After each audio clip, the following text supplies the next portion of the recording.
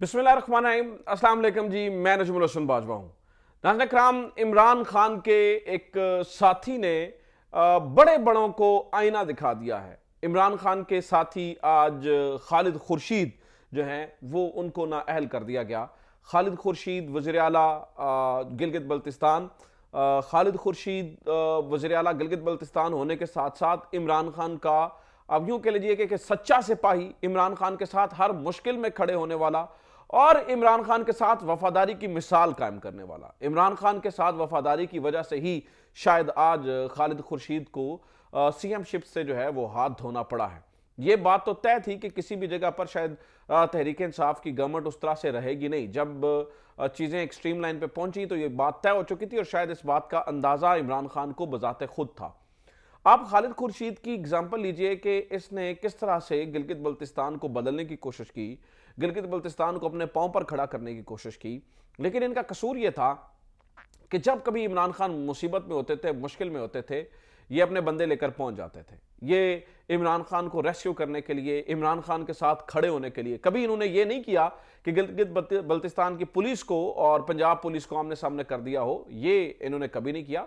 हाँ, लेकिन बजाते खुद वज़ीर आला होते हुए ये इमरान खान के सामने जो है ना वो एक दीवार की तरह खड़े रहते थे। जहां कहीं मतलब आपको याद होगा कि इस्लामाबाद के अंदर भी ऐसा हुआ था कि वज़ीर आला गिलगित बल्तिस्तान की गाड़ी आई और वो लेकर चली गई।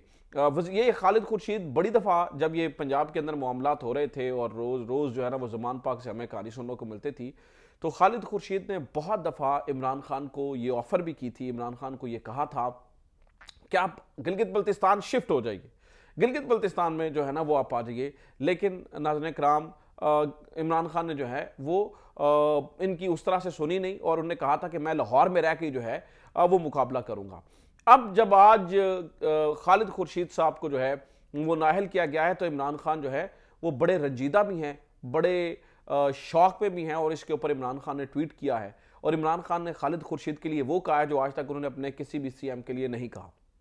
उन्होंने कहा कि मेरे तमाम सीएम में से सबसे ज्यादा जो मेरे साथ ना सिर्फ वफादार रहा बल्कि जो हकीकी आज़ादी जिसके जहन में थी वो खालिद खुर्शीद था। अब देखिए कि इन द वर्ल्ड ऑफ खटक्स एंड बुजदार्स बी लाइक खालिद खुर्शीद, ये अभी ट्विटर के ऊपर चल भी रहा था कि इन द वर्ल्ड ऑफ खटक्स। अब देखें ना, परवेज खटक जैसे लोग जो इमरान खान के साथ रहे, जो इख्तिदार के मजे लेते रहे, जो नाज़रीन कराम सीएम रहे, जिन्होंने अपने 1 दर्जन से ज्यादा लोगों को पाकिस्तान तहरीक इंसाफ का टिकट लेकर दिया और जिन्होंने जो है ना वो हर वो काम किया जिससे जो है ना वो इमरान खान मना भी करते थे लेकिन फिर भी इमरान खान इन्हें बर्दाश्त करते थे कि ये एक सीनियर लीडर थे तहरीक इंसाफ के। लेकिन वो आज देखिए कि परवेज खटक कहां पर खड़े हैं और खालिद खुर्शीद जैसा जो बंदा है वो किस तरह से उभर कर सामने आया है, किस तरह से उसने वफादारी की मिसाल जो है ना वो कायम की है। आपके ख्याल में क्या खालिद खुर्शीद साहब को मना नहीं किया गया होगा? क्या उन्हें इस बारे में वार्न नहीं किया गया होगा कि अगर तुम इमरान खान के साथ खड़े रहे तो तुम अपनी सीट से हाथ धो बैठोगे? ऑब्वियसली किया गया होगा और ऑब्वियसली कहा गया होगा, लेकिन इसके बावजूद वो इमरान खान के साथ खड़ा रहा और आज जो है ना वो नाअहल हो गए। मतलब लेकिन इस दफा जो तहरीक इंसाफ है, जब ये वज़ीर आला गिलगित बल्तिस्तान जो है ना वो नाअहल हुए हैं तो बड़ा स्ट्रांग रिएक्शन दे रही है। इमरान खान बजाता खुद बहुत स्ट्रांग रिएक्शन दे रहे हैं और बड़ा स्ट्रांगली कंडेम कर रहे हैं कि ये जो है ना वो नहीं होना चाहिए था। अच्छा चले, मैं कहता हूं जो भी है, खालिद खुर्शीद से को देखकर बहुत सारे लोगों को तो ये अकल आ गई होगी कि वफादारी करनी हो किसी ने तो किस तरह से की जाती है।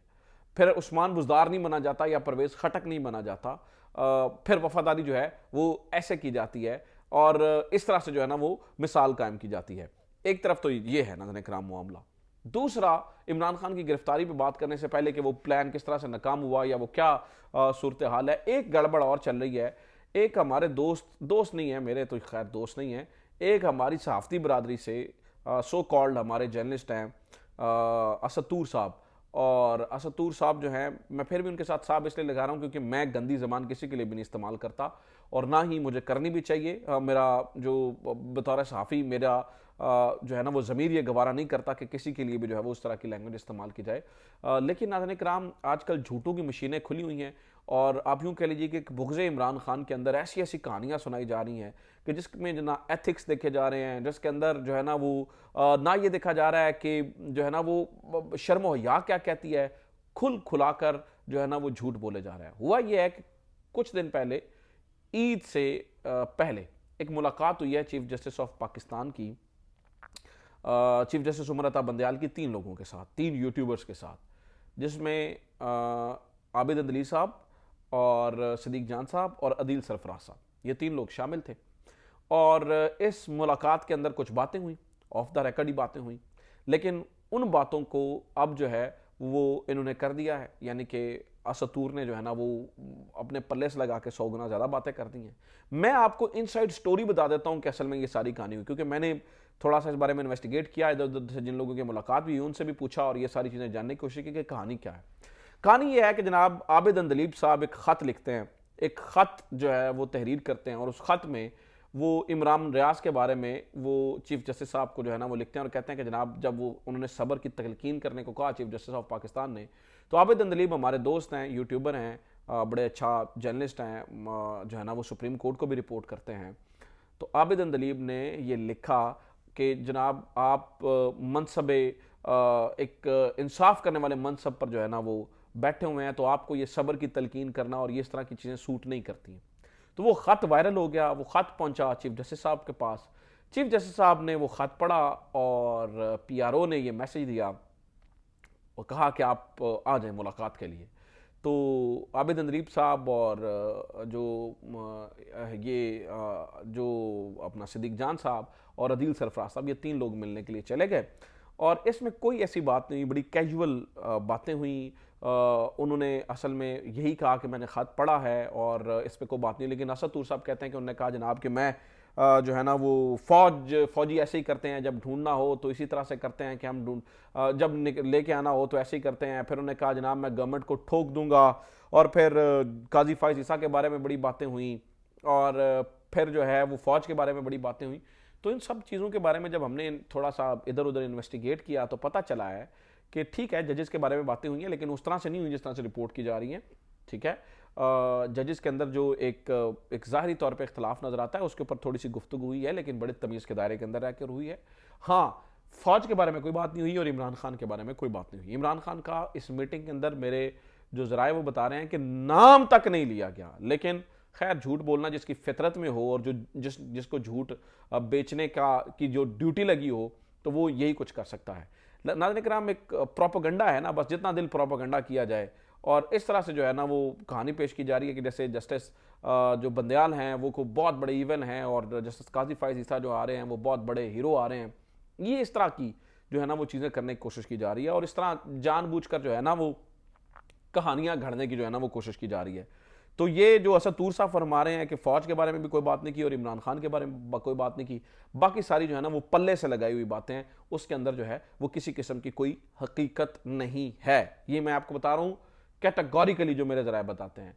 आप कहेंगे बात कहाँ से निकली? देखें, जो मुलाकात करके आए उन्हीं में से किसी ने अपने किसी कुलीग के साथ बात की है और वहाँ से निकली है और बाकी जो है ना वो इधर उधर की बातें जो है ना वो फड़े फुड़े लोगों ने मार दी हैं और उसमें हकीकत कोई नहीं है।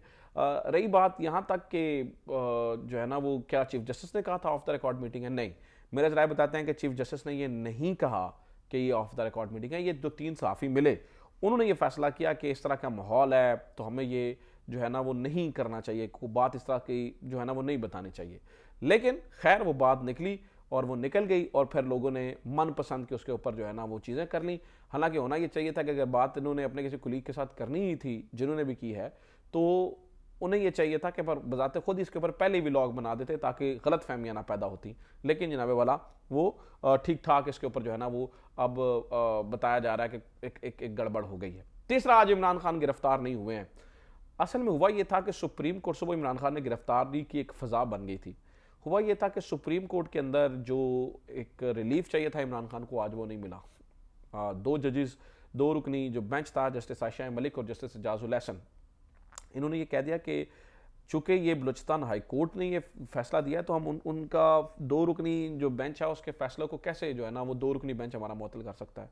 तो इसको तो लार्जर बेंच ही कर सकता है, या बड़ा बेंच, तो आप बड़ा बेंच बनाने के लिए दरख्वास्त दे दें।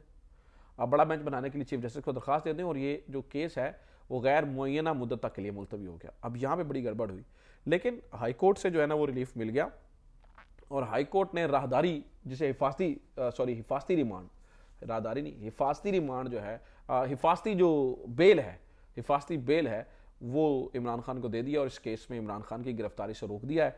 तो आज जो है ना वो तमाम चीज़ें जो मतलब जिनके लिए ज़मानत करवाने के लिए इमरान खान गए थे वो तमाम ज़मानतें हो चुकी हैं। तो आज जो है ना वो गिरफ्तारी नहीं हो चुकी है।